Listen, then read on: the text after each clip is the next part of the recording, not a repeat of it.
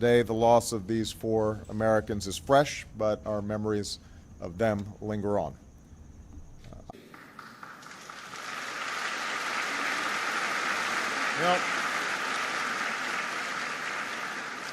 You now have a moment of remarkable opportunity to transform ceasefires into lasting settlements and to pursue peace where conflicts still linger, including Kachin State.